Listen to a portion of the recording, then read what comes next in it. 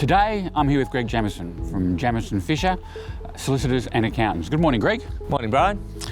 Our subject today is underquoting. It's on every agent's lips. Fair trading is out fining at the moment. So what is underquoting?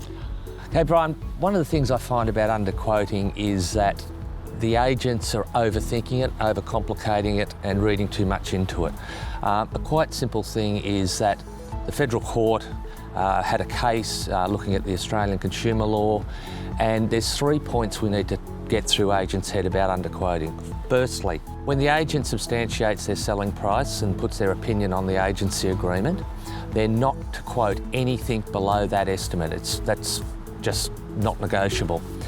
Secondly, if a genuine offer with a contract is received and it is above the agent's opinion, then the agent can no longer quote anything below that price which has been rejected by the vendor. Further, if the owner is adamant they won't sell for a price which is higher than the agent's estimated opinion, then the agent cannot quote anything below that price. And so they're the 3 things that agents need to keep in their mind. So let's ask some questions around that I get asked a lot. The first one, if I had offers lower than my estimate, so let's say my estimate's $1 million and all my offers are at $950, am I allowed to inform the buyers that my estimate is $1 million but all interest is around the $950? No. It's quite simple, is that at the end of the day, the agent still cannot quote anything below their estimate, nothing below.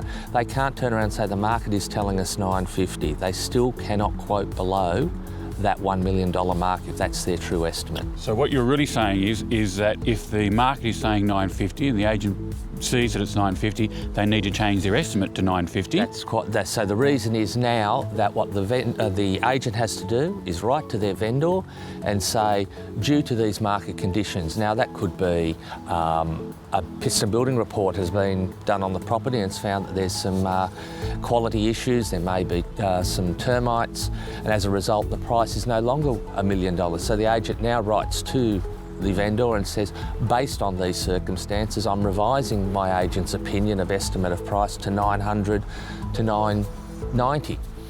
Now they can now requote within that range.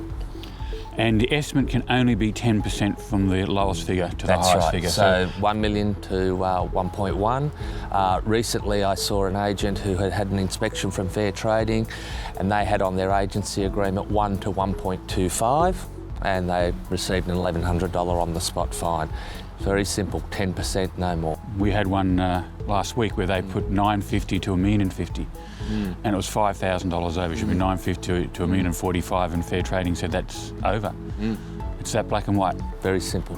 And your second point, Greg, about buyers and offers and what you can quote after you receive an offer. Okay, so in a situation where we've got the agent's opinion as 1 to 1.1, a prospective purchaser puts it in writing and says, I make an offer of 1.2 million, or they turn up with a contract signed with a cheque for $120,000 and the vendor says, no, I think I'll go to auction, I'm rejecting that offer. Unfortunately for the agent, that has now moved the bar and he can't quote anything below the 1.2. Notwithstanding that you may well, as an agent, say to the prospective purchaser, your offer's not rejected, it's quite acceptable, but the vendor still wants to go to auction. They would still have to move their quoting? Yes. Even though it's not rejected? Because you have to look at what the federal court said in their decision, and the federal court basically said if an offer is rejected, even though it might be acceptable, if the offer is in writing and it is higher and it is not accepted on the same terms and conditions of the contract, then the agent has to move what they're saying to people. Now I'm an agent, so I heard one thing there, same terms and conditions. So if it wasn't on the same terms and conditions, you rejected on the terms and conditions, and isn't timing part of the terms and condition? Very much so. So we might have a prospective purchaser walks in and is going to auction and says, look, I'll pay 1.2 million for this property that you've got on between 1 and 1.1, but I want a 6-month delayed settlement. or I want to reduce the deposit to 1%. They're not on the same terms and conditions as the property is currently being marketed for. So that, if that offer is rejected, that doesn't move the price. What happens if the owner says, look, I'm happy with that price, but I just want it to go to auction. The market's hot. I want to see what the market's going to pay. I want competition. That's a fair point, but again, we can't get around what the court has made in their decisions. And so, because the court has placed that, it's not arbitrary for me to say, it's not arbitrary for fair trading to say. These are precedents that have been set in Australia, and we're stuck with them. Well, I think the big question here is that we get all the time, a verbal offer. You've mentioned contract, you've mentioned in writing, a verbal offer. Is that an offer that I have to consider? At law, a verbal offer is an offer. It's whether it's accepted or not. Now, we know that under the Property Stock and Business Agents Act that if a prospective purchaser makes an offer, the agent has to pass it on in writing. Now, that offer doesn't have to be in writing or on the contract. However, fair trading have then gone one step further in a lot of their guidelines. Though an offer is verbal, for them to change pricing, then they require that to be also associated with having received a contract. And that seems to be the triggering point for fair trading as to what's really a valid offer, is the receiving of a contract. Not whether they actually fill out the contract and sign it, but actually having requested a contract. So an offer is an offer, but fair trade looking at it as when they request a contract is when you have to take it more seriously. But the agent can qualify the offer. Of course. And if they qualify the offer and they haven't seen the contract, they haven't done their pest and building, they haven't done their searches, their solicitor hasn't seen the contract at all, I mean, you take that to a vendor and the vendor says, well, I don't consider that to be a real offer to me. That is a very valid point, Brian, and part of an agent's duty, and what a lot of people forget, is an agent is to find a buyer who is ready, willing and able. And if somebody walks in and says, I'll pay 1.2, are they ready, willing and able? Because again, they haven't qualified. Do they have finance? Have they seen the contract? Do they have a solicitor? Have they sold their own property? Those are the sorts of things that a good quality agent will do to verify whether that offer is a genuine offer.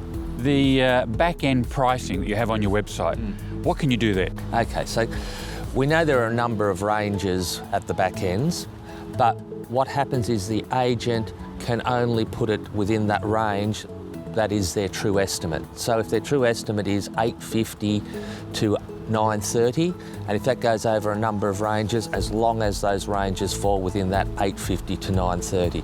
But something agents need to be clearly aware of is fair trading are a wake up to the back end systems and can go to the providers and get this information where it's tracking all of the changes and what the agent has actually put it on for. So if you now have your $850 to $930 range, and that's your estimate on your agency agreement, but you put it on a back-end range starting at $750, they've got you on toast. So if I'm an agent, I'm thinking of the owner $9 to $990, I'd probably be better to be putting it at $890 or $899 to whatever the 10% higher is. As long as you can substantiate that pricing range. I can substantiate a $1,000 change, yeah, okay, that's fine. So I think that's great for the agents to understand.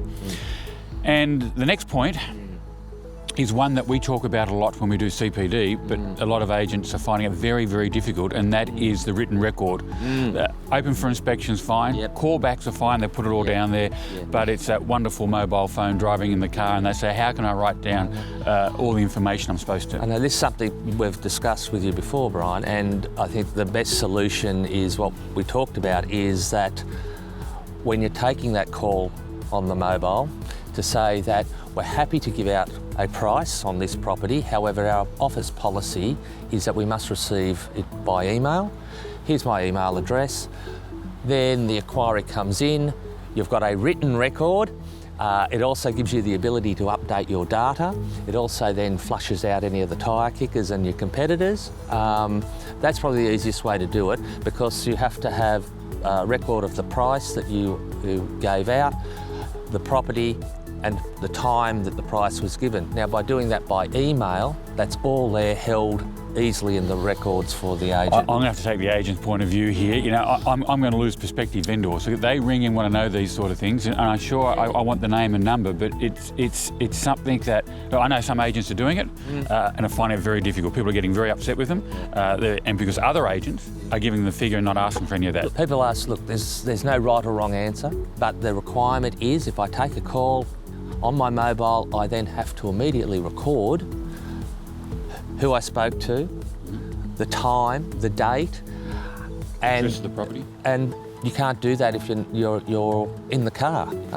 So these are the sorts of things that then leaves the agent exposed to potential complaints later on down the track. He told me that the price, bidding had started at $800 on this $1 million property.